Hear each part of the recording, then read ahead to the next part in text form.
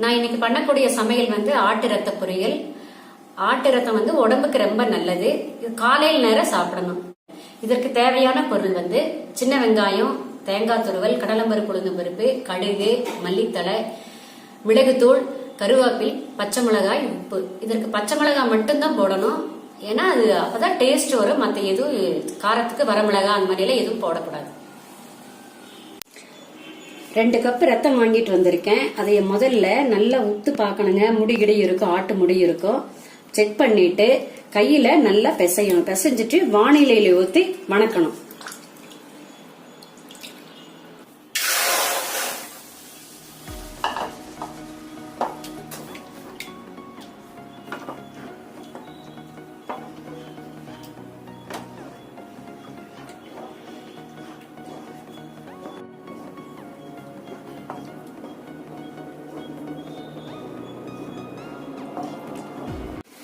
இதுல இருக்கிற தண்ணி சுண்டும் வரைக்கும் வணக்கணுங்க.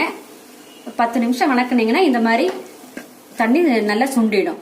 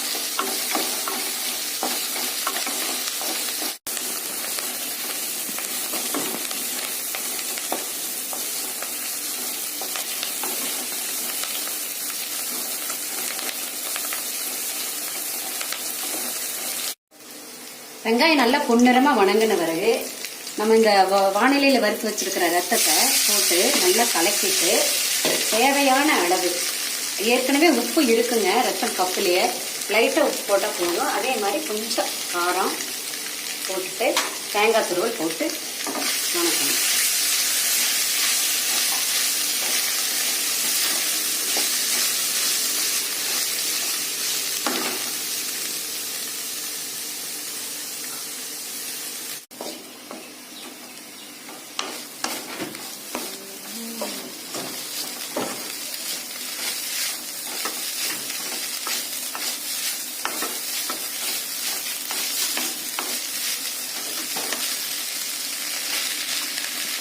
இதாங்க ரத்த பொரியல்.